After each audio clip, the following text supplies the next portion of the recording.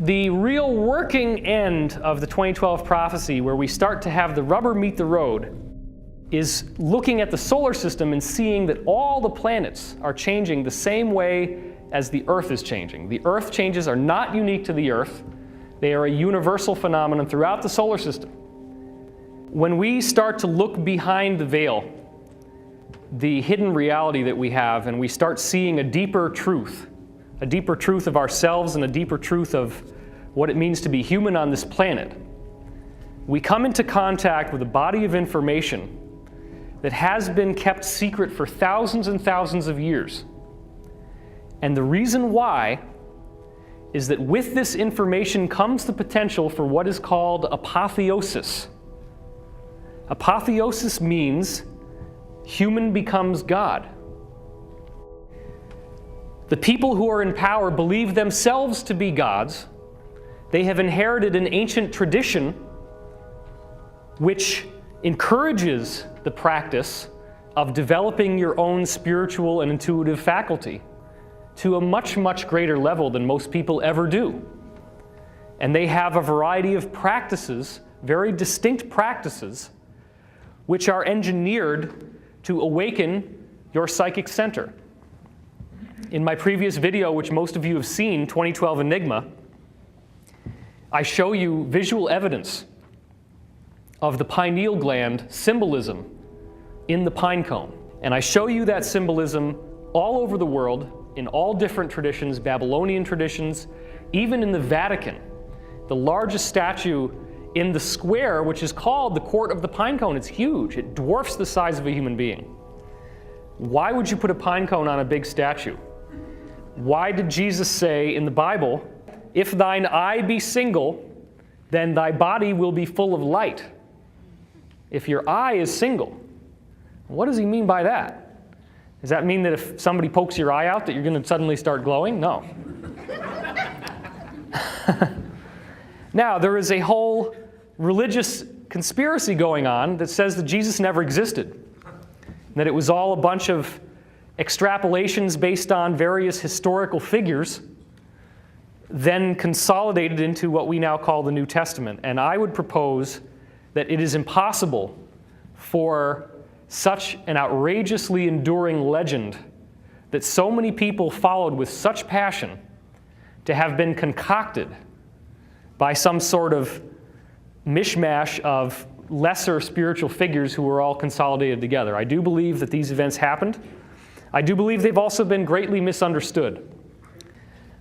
When you see the greater reality that I am going to share with you in this presentation, you come to an understanding that your DNA did not randomly evolve on this planet. Your DNA is an energy pattern that exists throughout the entire cosmos. And that energy pattern is a wave. The ancients built the Great Pyramid as a focalizing device to harness that energy. I am proposing that the energy that makes your DNA takes natural materials that are all around, just molecules and atoms in space. It takes those atoms and molecules and it intelligently arranges them together to form the DNA molecule. Now, if that is true, then it means that everyone here in this room is created by an intelligent energy field. The center of the Milky Way galaxy is also a torsion field generator. Spherical torsion waves slowly expand away from the center, passing through stars and planets as they go along. As the solar system is impacted by these torsion fields, it charges up with energy, causing massive effects on the star and its planets, influencing them to become brighter, hotter, and more magnetic. These waves also have a stimulating and programming effect on the DNA molecule, ultimately rewriting the code of every life form on the planet. You now have just found the zone in which science and religion come together, in which you no longer have to take on arbitrary promises about there being a hereafter. Now you have proof that who you are and what makes you who you are came from something that is not physical, something that is vastly more intelligent and complex than we had ever imagined, and something that has been known about for quite a long time. There is no difference between biological life and inanimate matter except for the sophistication with which the energy that makes that matter is flowing. The rocks that make the pyramid are made of the same stuff that spirals in to make your DNA. It's just that the DNA is a much more intelligently spiraled version of that same energy, whereas the rock doesn't have as much structure. But the pyramid uses calcium carbonate, CaCO3. The basic matrix of limestone is quartz. And quartz is a crystal, so it has crystalline properties, which means as you get more and more crystallized in terms of a mineral, you're getting closer and closer to what becomes biological life than you had before. So a crystal is a very important conduit between the world of life as we know it and the world of the inanimate matter as we know it. That's an important point. Because what you have in the Great Pyramid is a device that harnesses this energy by a very simple process. You are going to see evidence in this presentation that demonstrates conclusively that the energy itself that makes physical matter has a fluid-like quality. It behaves as if it were a fluid. And with that fluid-like quality comes all of the basic behaviors that you get with fluids in movement, which would include a funnel. It's a very simple concept. If you have water that's pouring into a funnel, where's the fastest speed in the funnel going to be? Right at the bottom, right? That's where it's spinning the fastest. And the funnel is obviously going to take all that water and it's going to create a current through the funnel. So if every single calcium carbonate crystal inside the Great Pyramid is taking in this fluid-like energy and it's flowing through, now again, the flow is not happening in 3 dimensions of space. It's happening in 3 other dimensions, which is the time field. Okay, that's where things start to get complicated. If you want to find your higher dimensions, you look in time. Einstein assumed time was 1-dimensional. It's not. Time is 3-dimensional. That means you can go forwards, backwards, and sideways in time. And that gives us a really wonderful benefit because that means we can see stuff that hasn't happened yet. We can see potential realities. One of the weirdest aspects of esoteric teaching is the concept that when you see a future event, you are seeing a probable future event. You are not seeing the future. There is a very important difference because anything that you think might be happening in the future doesn't need to happen if you don't want it to happen. There are all these movies coming out about 2012 and about extraterrestrial intelligence, and they're all saying doom and fear and disaster and cataclysm is going to come to the earth.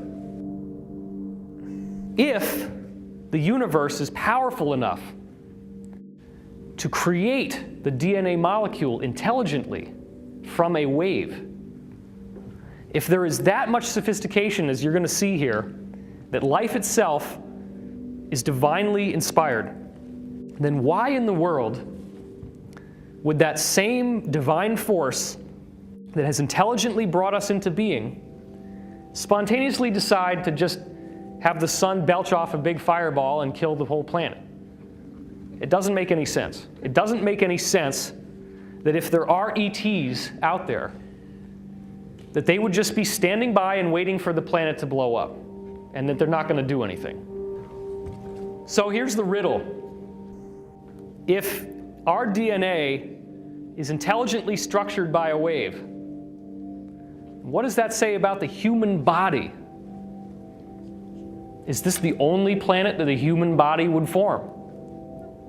Or is the human body a design whose purpose is to express consciousness on a planet like the Earth. And if that were true, then what does that say about human beings that could be visiting us right now? I got news for you. I met Sergeant Clifford Stone in person. Sergeant Clifford Stone is a whistleblower who worked in significantly classified top-secret projects for our military and government. And his job, when he was called away from his normal duties in the military, was to visit sites where UFOs crashed. Now, 80% of the public believes that UFOs exist. It's no longer a myth, and it's no longer something that can be laughed at. It must be taken seriously, because anybody at this point who refuses to believe that UFOs exist is deluding themselves, because there is an overwhelming preponderance of evidence to suggest that they do. If even one photograph is not swamp gas, then we're not alone. Everything that you think you know about what ETs look like from movies is almost entirely a lie. There are no aliens. There are family members that look just like us. In fact, the farthest divergence you ever get from a human form is the typical gray physiology. The big head, the black eyes, the little nose, little mouth, tapered jaw. Nothing like my face. I have no relationship to that face.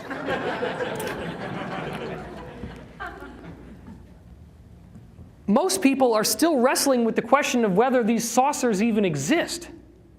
And then if they get to the point that they exist, the simplistic idea would be, well, maybe they come from Mars, or maybe they come from Andromeda Galaxy, or maybe they come from... There is no maybe they come from. That implies one place. What I'm saying is that we have a whole galaxy full of human life that naturally evolves on planets wherever possible. In fact, in the Law of One material that I so often discuss, it says there are 67 million planets with humans like us at this dimensional frequency just in this galaxy. 67 million. How in the world do you tell the public that we are surrounded by human civilizations, most of whom, who have ever been able to get to us, have technology vastly superior to what we have?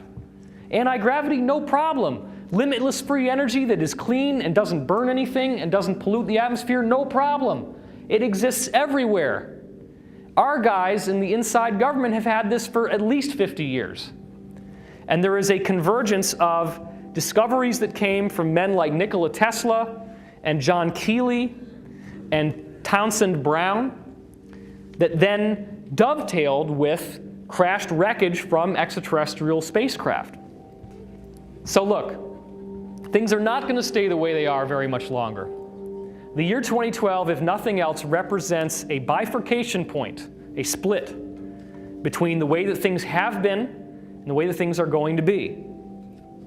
And if you don't think that there are other humans out there who are willing and able to welcome us into their community, then you're not paying attention. Star Trek apparently was channeled to Gene Roddenberry through a group that he was working with that had started in the 1950s and is part of what we're going to be getting to at the end of this talk. The Star Trek information is very accurate to what actually is known, which is that they do follow a so-called prime directive, and they will not interfere with a given planet's history until that planet is ready.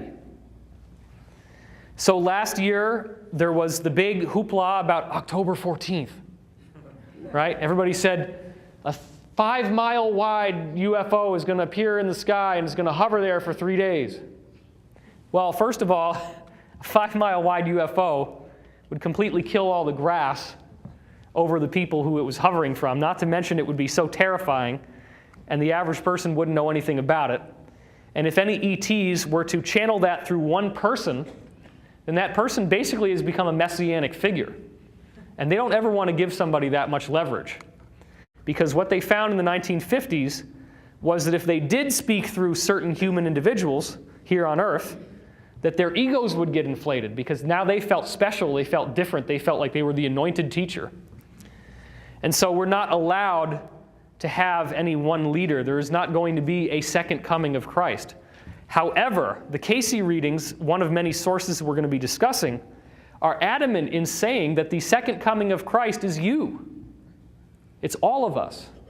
It is the awakening of the Christ principle in humanity. And I'm not trying to force Christianity down your throat. In fact, I'm going to give you some very important information here. Every single ancient tradition in history has documented records of angels and gods.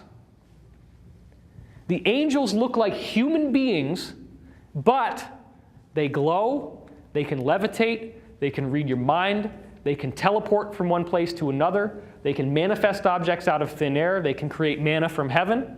They have abilities that we would consider to be godlike.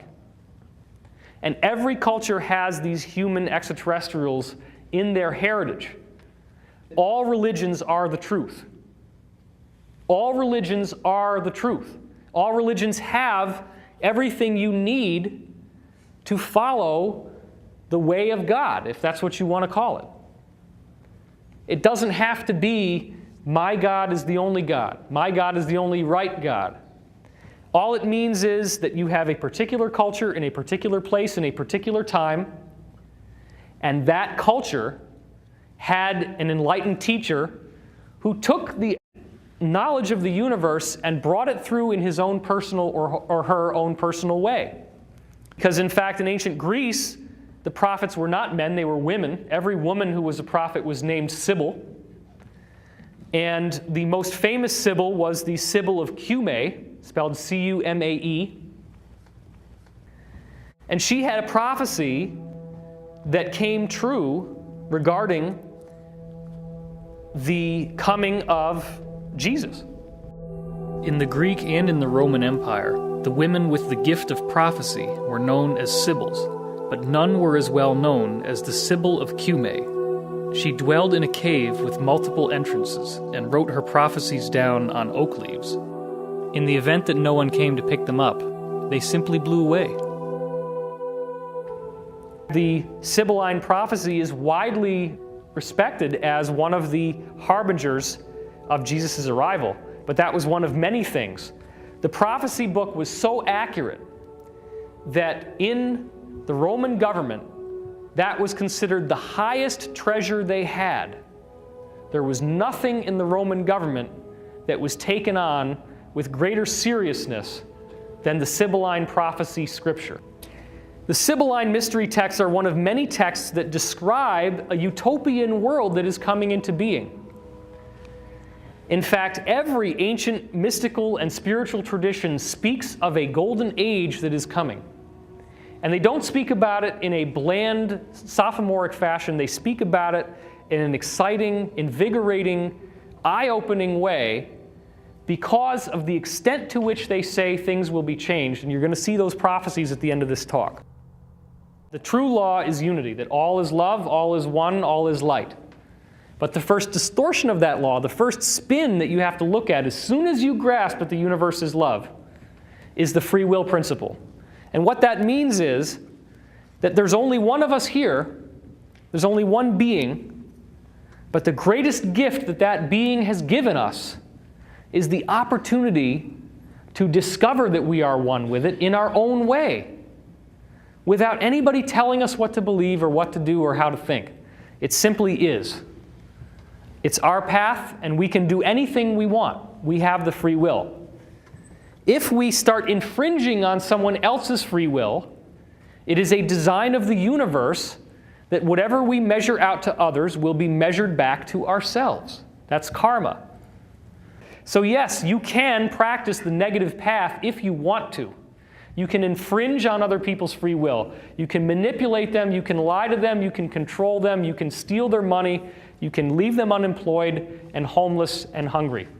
But you will be stolen from, lied to, manipulated, controlled, beaten, abused, raped.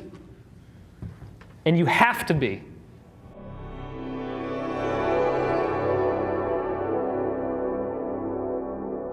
The Mayan calendar is the primary vessel through which we have speculation that the year 2012 might be different than other years. That's the primary vessel that we have. But what I'm about to show you to open up the talk is that the Great Pyramid of Egypt actually has a timeline in it, and that timeline has 2012 as the most important year. Obviously, here's the Great Pyramid. You can see that there are passages inside, and that these passages are much more complex than what's inside all the other pyramids. The outside of the pyramid has a hollowed-in surface, which is very interesting because it could potentially bounce lasers off of it from space. Originally, the pyramid was covered in white limestone casing stones, which were so smoothly polished that it looked like it was pure marble sculpture, reflective marble with a perfectly flat face. This was not an object built by human beings on this planet with the technology that they had available at the time. Not at all. When the Great Pyramid of Giza was first built, it was covered with white limestone that was so highly polished it would shine like a mirror in the daytime.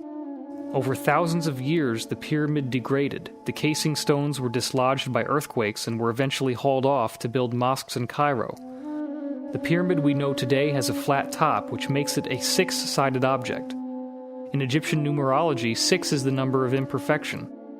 When the capstone is returned, the pyramid becomes a 5-sided object, which symbolizes divine initiation and the transformation of the world into a golden age. In this photograph, you can actually see that line of how precisely this thing was built, that it actually has that slight indentation going up the side. I want you to pay special attention to what are called the scored lines right here, because what we have is the fixation of a timeline. The timeline is fixed by an alignment where the pole star for its time, which was Alpha Draconis, shines down through the descending passage into the bottom at the same time that the Pleiades constellation is directly overhead. The scored lines are where that conjunction is marked, and this conjunction only occurs at 2141 BC. That's the only time that both of those things happen, where the pole star can shine down the tube and the Pleiades are directly overhead. So the message is you start counting at 2141 BC. I'm not going to take the time right now to try to explain to you how the pyramid's timeline works, because it's extremely complicated. But what I will say is that it's all based on numerology. The number 1 equals one thing, the number 2 equals something else. And here's the list of what the different numbers do. Now you can find this list inside Peter Lemaisurier's book, Great Pyramid Decoded. What you'll see is that there's enough information in the different numerals and what they mean that it is possible to encode very complex messages that basically can say anything you need them to say, just using mathematical measurements. Measurements that are very simple, measurements that can be repeatable. In the Great Pyramid texts, there are actual texts associated with the Great Pyramid. They give you all these numerical meanings. So they give you the code. You actually have the legend that tells you how to read the map. Here they're doing a variety of tests of the numbers because you want to multiply numbers together, subtract numbers from each other, etc. And if one number means one thing and another number means something else, and then you subtract, the act of subtraction means you're taking something away. So that the subtraction becomes part of the message. Addition means you're adding to, subtraction means you're taking away from, multiplication means you are multiplying the effect of. So mathematics becomes a language. This is a full diagram of the various passages in the Great Pyramid. And the one that we're particularly interested in is the King's Chamber, because what we will see is that the pyramid timeline counts 1 inch, which is an Egyptian inch, not a regular English inch, slightly smaller. 1 inch equals 1 year. Now, the guy who wrote the book, Peter Lemaisurrier, continues to use that system right up until the so-called Great Step. And he believes that the timeline should be changed when you get to this area of the timeline, because, he says, at that point, it just doesn't make any sense that events would be happening so fast in time. that so many things would happen that are so profound and amazing in such a short period of time? Why not? Why not? What kind of arbitrary decision has been made to strip the timeline of the possibility that things could happen so fast? This is important because the descending passage is the one we look at first. And you can see the dates of the timeline here, AD 1440, 1521. And Le Mesurier ties in these dates to some very interesting historical stuff. Obviously, summer of AD 1914 is the exact time that we went into World War I, that war to end all wars. At that exact moment, the passageway no longer has a smooth, flat floor. It goes into this area in which the entire floor is what the people that studied the pyramid called unfinished. Because it quite literally is this bumpy, convoluted floor that you can't really walk on without worrying about spraining your ankle. It's not flat anymore. It's all bumpy and weird and distorted. The time that that starts is 1914. And so what you have is you're looking at a prophecy that was put in stone, possibly over 10,000 years ago, if you believe scholars like Graham Hancock and Robert Bauval, who talk about the fact that the Sphinx is weathered with water that couldn't have been done unless it had been there for much longer than we take it credit for. The Great Pyramid, conventional dating is based on these quarry marks that they found in the relieving chambers above the king's chamber. But those quarry marks were painted incorrectly. And they were painted incorrectly using all the mistakes that were in the book that the guy who discovered them had. Isn't that convenient? So, AD 2004 is when the bottom drops out of the world. That also is around the time of Hurricane Katrina. It's around the time that a lot more people started to suddenly wake up. 9/11, I think, is also included in this. I think 9/11 is the immediate precursor to what this pit is. And the pit also just represents the widespread understanding that there is great harm being done in the government and in the world. The Great Pyramid talks about 3 different paths that people take depending on where they're going. And this is worth looking at. The bottom path here, the subterranean passage, is materialism, the physical path of spiritual death for the masses of humanity. 2004, again, this book is from the 70s, shows that that's when we hit bottom. It's the ending of what happens in the beginning at 1914, which is the beginning of World War I, in which mechanized warfare allowed for much, much larger death than had ever been possible before.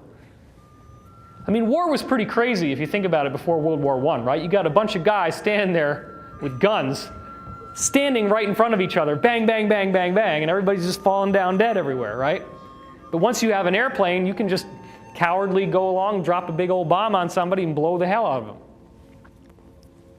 So what started in World War I came to a conclusion of how bad it can get with the Iraq War in 2004, and this regime that seized power over the most powerful country in the world. The people who built the pyramid, ostensibly 10,000 years ago, knew that George Bush was going to be coming into power. They might not have known who he was. It's funny, right? But it's true. They knew that the overall timeline specified that that's when things were going to hit their worst point. And I also receive intuitive information. I'm one of those people who can channel. Take that for what you will, but it's very interesting that I received prophecies about the Bush administration coming into power before they did, telling me that in the 2000 election debacle between Bush and Gore, that Gore did not have a chance. The exact passage was, the vice president considers this his own authorship, meaning he considers that he can author how this election is going to turn out, calling for vote recounts in Florida and so forth. It's very convenient when your brother happens to be the governor of Florida. Wonder how those recounts are going to go.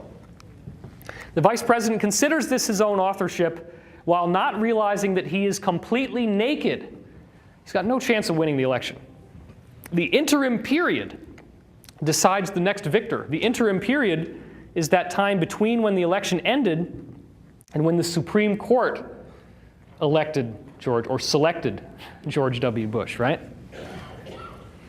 So this is when things really hit the bottom, because that's when he stole an election the second time.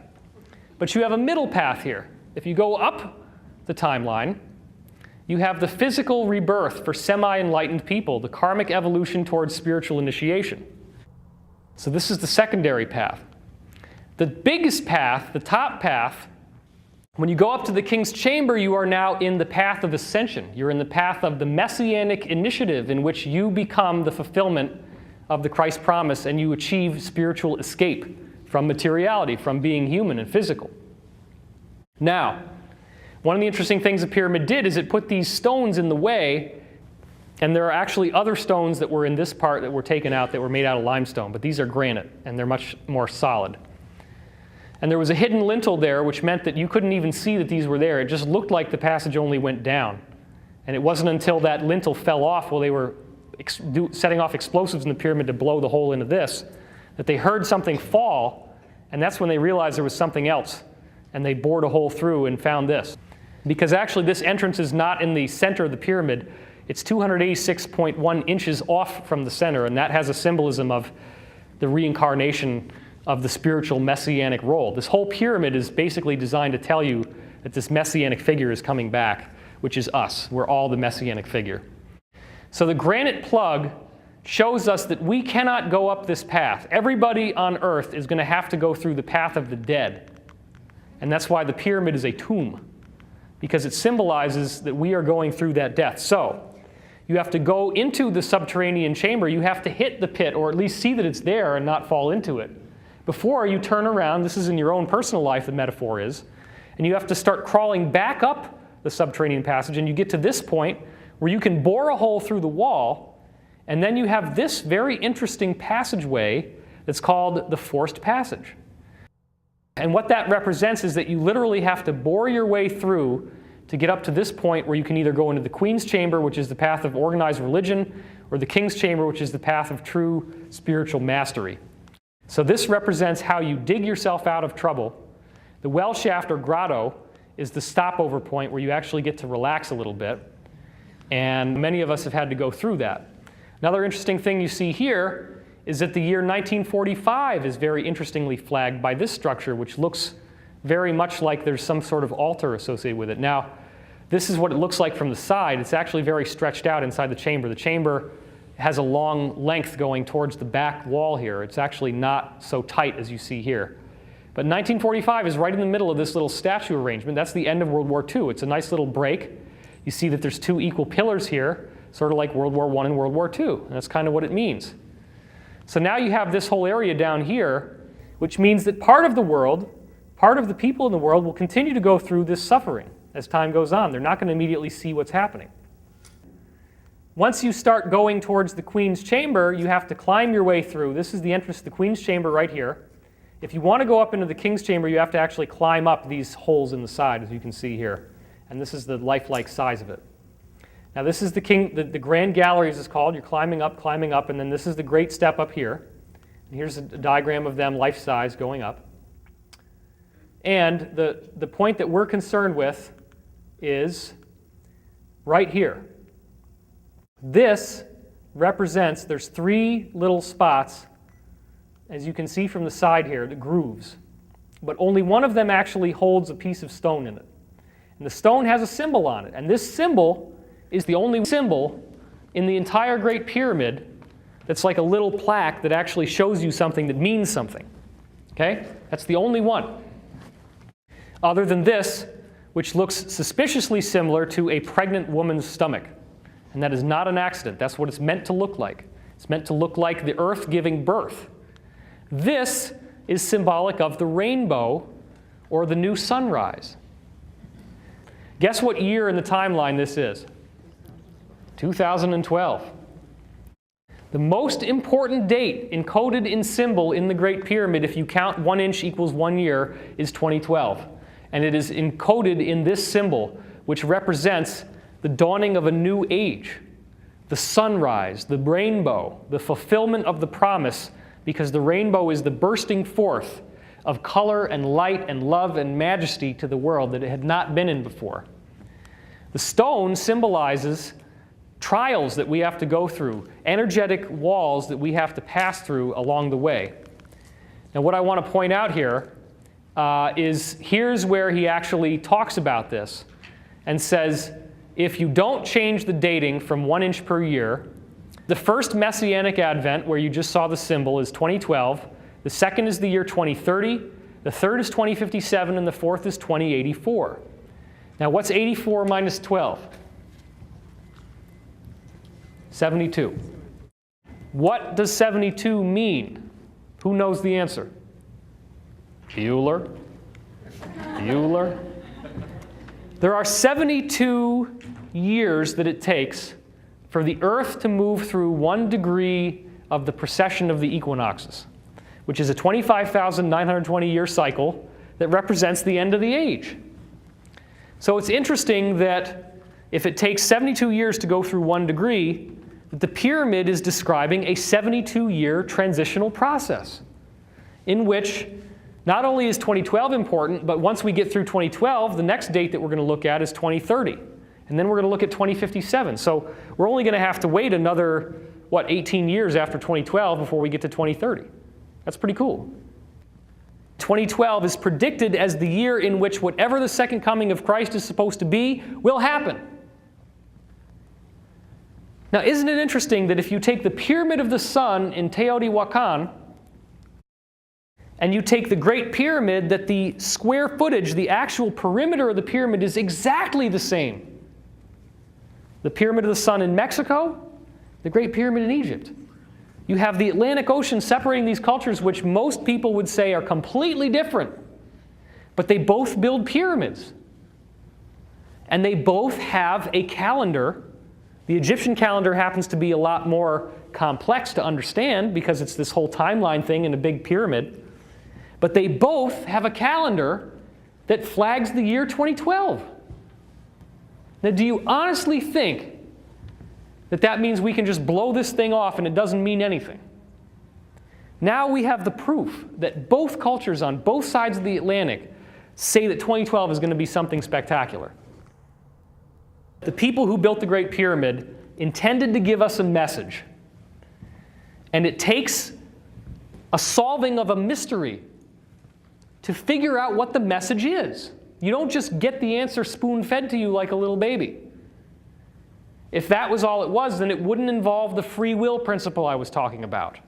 The free will principle is what allows us to have something to strive for. The free will principle is what makes us have to search for the information. And that's why this is cool, because this is an investigation. It's an ongoing investigation. You guys are dipping into the investigation while it's still in progress. I might find something else later on that's going to be really cool, and then I'm going to have to change the whole presentation around and work that in, and I do that all the time. The interesting aspect of how I fit in, for those of you who haven't seen this before, is that there is a remarkable similarity between myself and the historical figure Edgar Cayce, who was a 20th century mystic and psychic, who could be given someone's name and address, and through nothing else but that information, he was able to give their medical problems and a treatment without knowing anything about them. All he knows is their name and address, and they sit down in their house, thousands of miles away, potentially.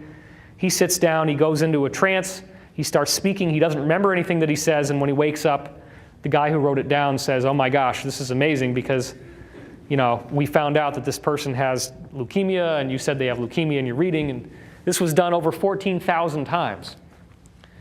So what you see here is a comparison between Cayce's astrology on the inside and my astrology on the outside. And what you see here is Sun over Sun, Venus over Venus, Mars over Mars, Moon over Moon. There's all these correlations between the planets. Superficially, they're in the same sign. You can see that the probability just of hitting the same sign, Pisces, Taurus, Capricorn, year of the ox, the same year of the Chinese zodiac, 1 out of 12, and the moon in the same degree, 1 out of 360. The likelihood of all this happening by chance is really, really unusual, especially because the only time that you get this close of an alignment with Cayce's birth planets, it only happens once in 127 years after he dies, which happens to be the exact time that I was born. It's a coincidence. And of course, there wouldn't be any facial similarity. That would be too obvious. So we can't give you that. You guys have probably seen this before, most of you, but obviously there's a tremendous facial similarity. You can see an extraordinary likeness. In fact, many people have said it's like the same guy, just put on a hat. And in Zurich, somebody actually gave me a bowler hat, and I recreated the famous slack-jawed pose. So, okay, 2012. Now you know that the Great Pyramid is talking about it. Now you know that the Mayan calendar is talking about it. You also may know that the zodiac has ages. The age of Aquarius, right? When does the age of Aquarius come in? 2012. And that's been calculated based on constellations in the sky by mainstream astronomers. So now you have a third correlation. Ages of the zodiac, the Great Pyramid timeline, and the end of the Mayan calendar all say the age of Aquarius, the shift of the ages, 2012, buckle your seatbelt. Something's going to happen. Something very cool and wonderful is going to happen. If you're scared, it's because you haven't solved the mystery. You don't even know that it's a mystery. The fear is what gets you looking for something that will make you not scared. Is this another ordinary time in history? Is there any scientific credibility to the idea that this is not just another year, but that there's something going on? Well, first of all, we're learning more and more about the idea that we are not alone in the universe. The most recent disclosures from mainstream media, this is February of this year, said that there could be 100 billion Earth-like planets in our galaxy alone. Scientists are changing their tune. They're not talking the way they used to talk anymore. Remember in the old days where they're like, and I say old days, I mean only, 5 years ago? Well, we don't know if any other star has a planet around it. Maybe they got big gas giants like Jupiter, but we don't really know. Well, now we've had so many advances in looking at the planets with telescopes and such that we know that there are planets everywhere, that most stars do have planets. And now they're calculating that there could be 100 billion planets like the Earth. So that becomes a lot easier to conceptualize the idea that there's extraterrestrial life. The galaxy may be full of Earths and alien life, this is CNN.com. Here's another 100 billion Earth-like planets in the galaxy alone. Here's another recent discovery that's very interesting. All blue-eyed people can be traced back to one ancestor who lived 10,000 years ago near the Black Sea. Guess what, guys? The white skin, the white people, if you will, are the most recent extraterrestrial DNA to come to the planet. Not the only, because hardly anybody on this planet is indigenous human, according to the traditions that we've encountered. But the most recent ET influx is white-skinned people. Everybody with blue eyes can be traced back to one single ancestor. Now, the Casey reading said that Edgar in his past life in Atlantis was known as Ra-Ta, that he was the guy who helped design and build the Great Pyramid with the cooperation of an extraterrestrial group called Ra, and that the reason why he was able to do all these magical things like channeling and being able to find out where to build the pyramid and being able to hear the words was that he was a hybrid. His mother was impregnated by a human extraterrestrial that had white skin. They'd never seen white-skinned people on Earth before. So, Edgar Casey's past life as Ra-Ta, it says in the readings, is very controversial, was the first white man on Earth. And if that was my past life, then that means I'm your daddy. I'm your daddy. Thank you very much.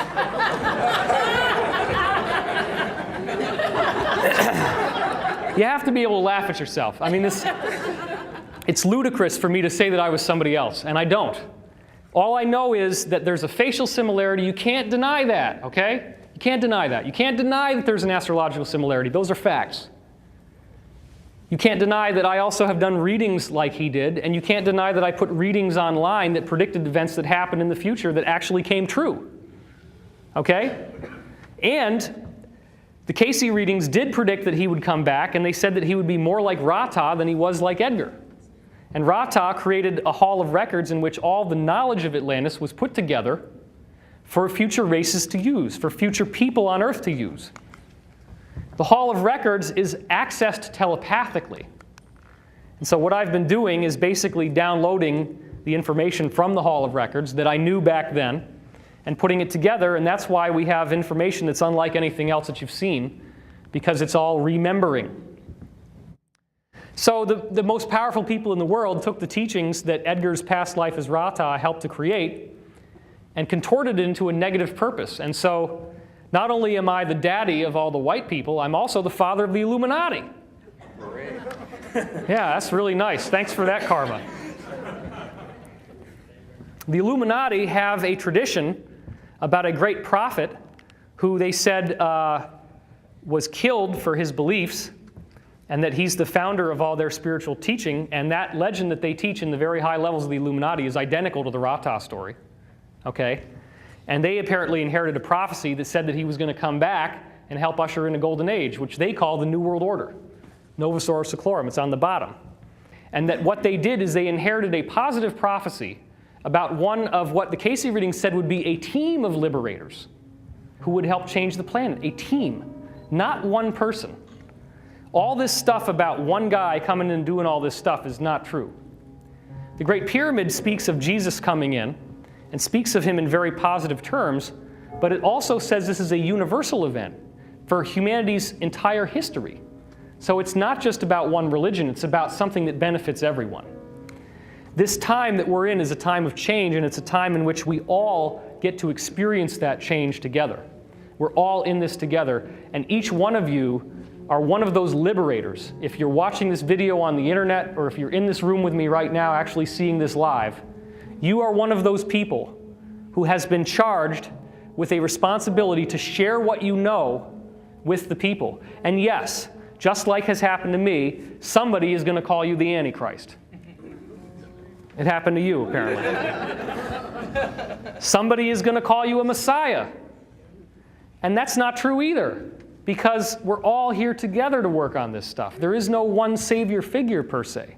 Can I get an amen on that? All right. Look, the purpose is for us to come together and to find commonality between us. So the real working end of the 2012 prophecy, where we start to have the rubber meet the road, is looking at the solar system and seeing that all the planets are changing the same way as the Earth is changing. The Earth changes are not unique to the Earth. They are a universal phenomenon throughout the solar system. That's called interplanetary climate change. That's one of the things we're going to be talking about. You're also going to see evidence very clear in the fossil record showing that in even intervals of 26 million years, every form of life on Earth spontaneously changes and upgrades from one type of creature to another. The DNA code itself gets rewritten, and I'm going to show you the evidence of how that happens. More recently, another cycle was discovered that's 62 million years in length. This cycle was discovered by Dr. Robert Rode, goes all the way back to the first single-celled organisms in the fossil record, 542 million years ago.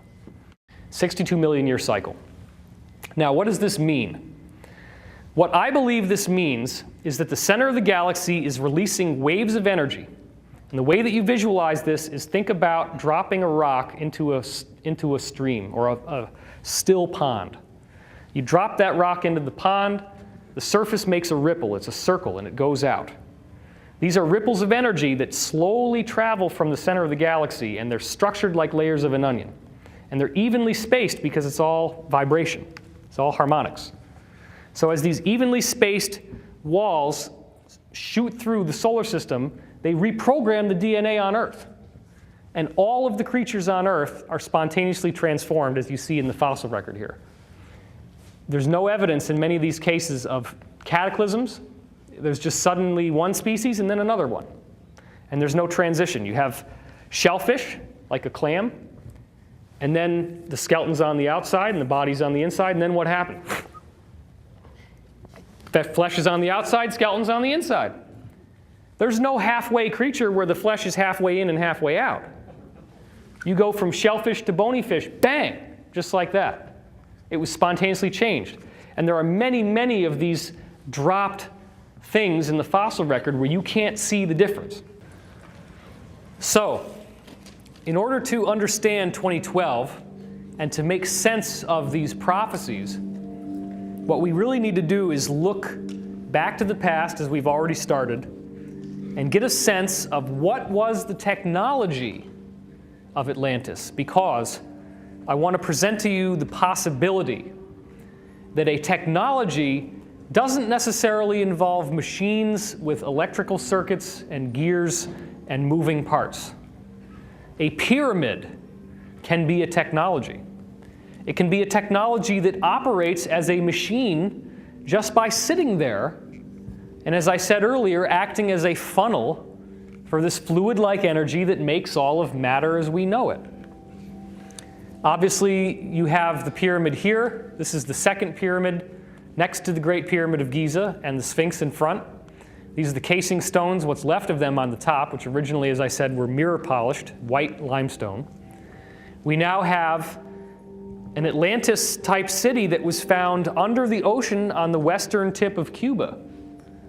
And this was covered in the media briefly, but then the story was squelched.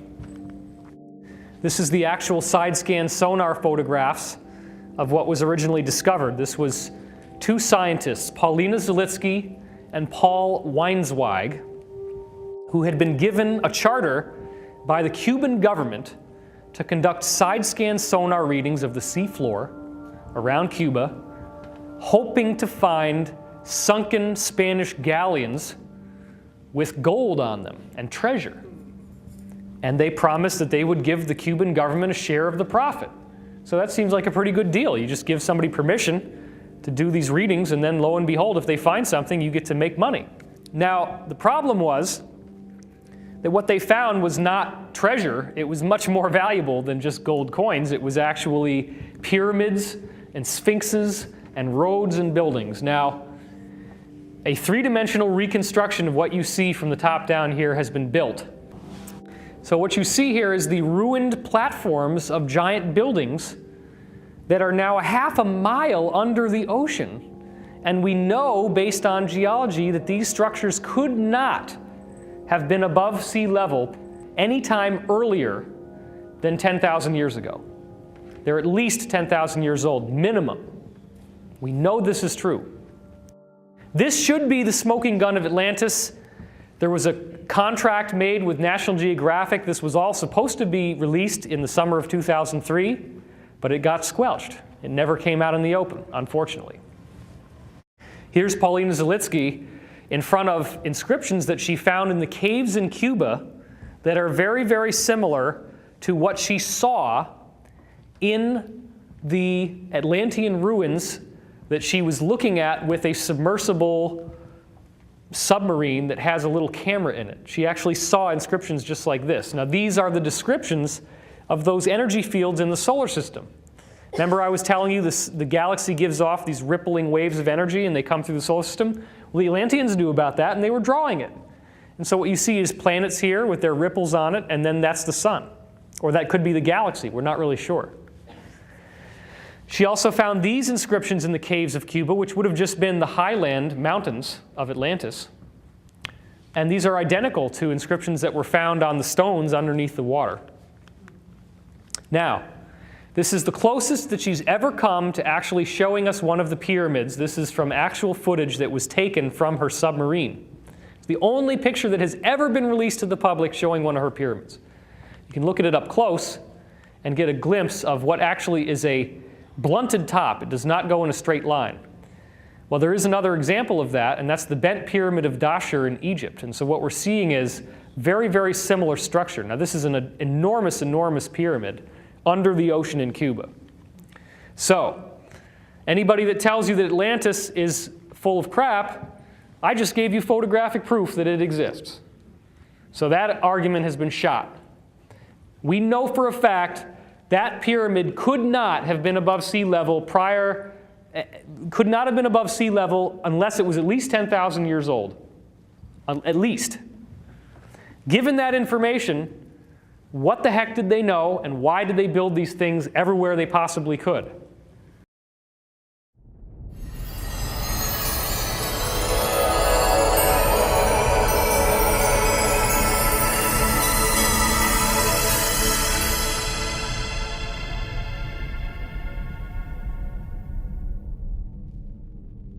The real working end of the 2012 prophecy, where we start to have the rubber meet the road, is looking at the solar system and seeing that all the planets are changing the same way as the Earth is changing. The Earth changes are not unique to the Earth.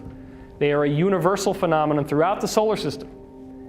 When we start to look behind the veil, the hidden reality that we have, and we start seeing a deeper truth of ourselves and a deeper truth of what it means to be human on this planet, we come into contact with a body of information that has been kept secret for thousands and thousands of years. And the reason why is that with this information comes the potential for what is called apotheosis. Apotheosis means human becomes God. The people who are in power believe themselves to be gods. They have inherited an ancient tradition which encourages the practice of developing your own spiritual and intuitive faculty to a much, much greater level than most people ever do. And they have a variety of practices, very distinct practices, which are engineered to awaken your psychic center.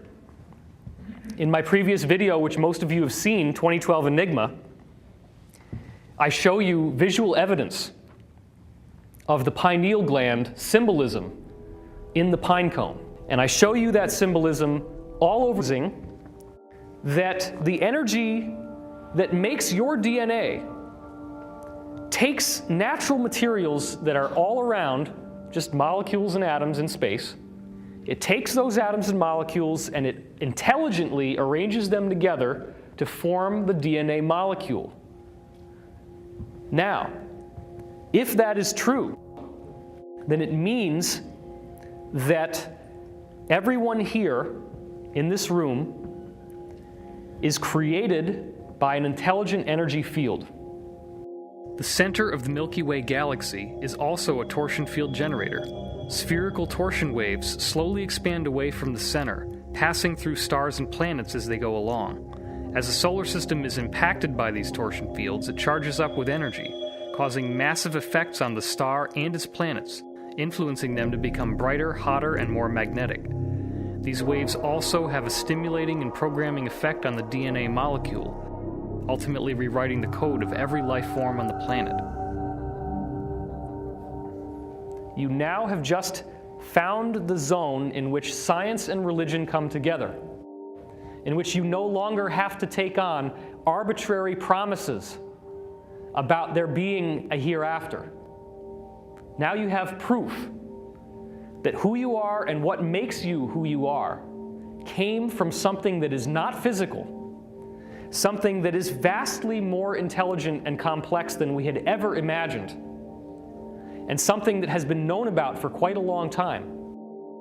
There is no difference between biological life and inanimate matter except for the sophistication with which the energy that makes that matter is flowing. It's fluid-like energy and it's flowing through. Now again, the flow is not happening in 3 dimensions of space. It's happening in 3 other dimensions, which is the time field. Okay, that's where things start to get complicated. If you want to find your higher dimensions, you look in time. Einstein assumed time was 1-dimensional. It's not. Time is 3-dimensional. That means you can go forwards, backwards, and sideways in time.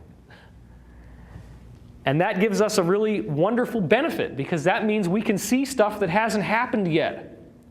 We can see potential realities. One of the weirdest aspects of esoteric teaching is the concept that when you see a future event, you are seeing a probable future event. You are not seeing the future. There is a very important difference because anything that you think might be happening in the future doesn't need to happen if you don't want it to happen. There are all these movies coming out about 2012 and about extraterrestrial intelligence, and they're all saying doom and fear and disaster and cataclysm is going to come to the earth. If the universe is powerful enough to create the DNA molecule intelligently from a wave. If there is that much sophistication, as you're going to see here, that life itself is divinely inspired, then why in the world would that same divine force that has intelligently brought us into being spontaneously decide to just have the sun belch off a big fireball and kill the whole planet? It doesn't make any sense. It doesn't make any sense that if there are ETs out there, that they would just be standing by in the world in all different traditions, Babylonian traditions, even in the Vatican, the largest statue in the square, which is called the Court of the Pine Cone. It's huge. It dwarfs the size of a human being. Why would you put a pine cone on a big statue? Why did Jesus say in the Bible, "If thine eye be single, then thy body will be full of light"? If your eye is single, what does he mean by that? Does that mean that if somebody pokes your eye out that you're going to suddenly start glowing? No. Now, there is a whole religious conspiracy going on that says that Jesus never existed, that it was all a bunch of extrapolations based on various historical figures, then consolidated into what we now call the New Testament. And I would propose that it is impossible for such an outrageously enduring legend that so many people followed with such passion to have been concocted by some sort of mishmash of lesser spiritual figures who were all consolidated together. I do believe that these events happened. I do believe they've also been greatly misunderstood. When you see the greater reality that I am going to share with you in this presentation, you come to an understanding that your DNA did not randomly evolve on this planet. Your DNA is an energy pattern that exists throughout the entire cosmos.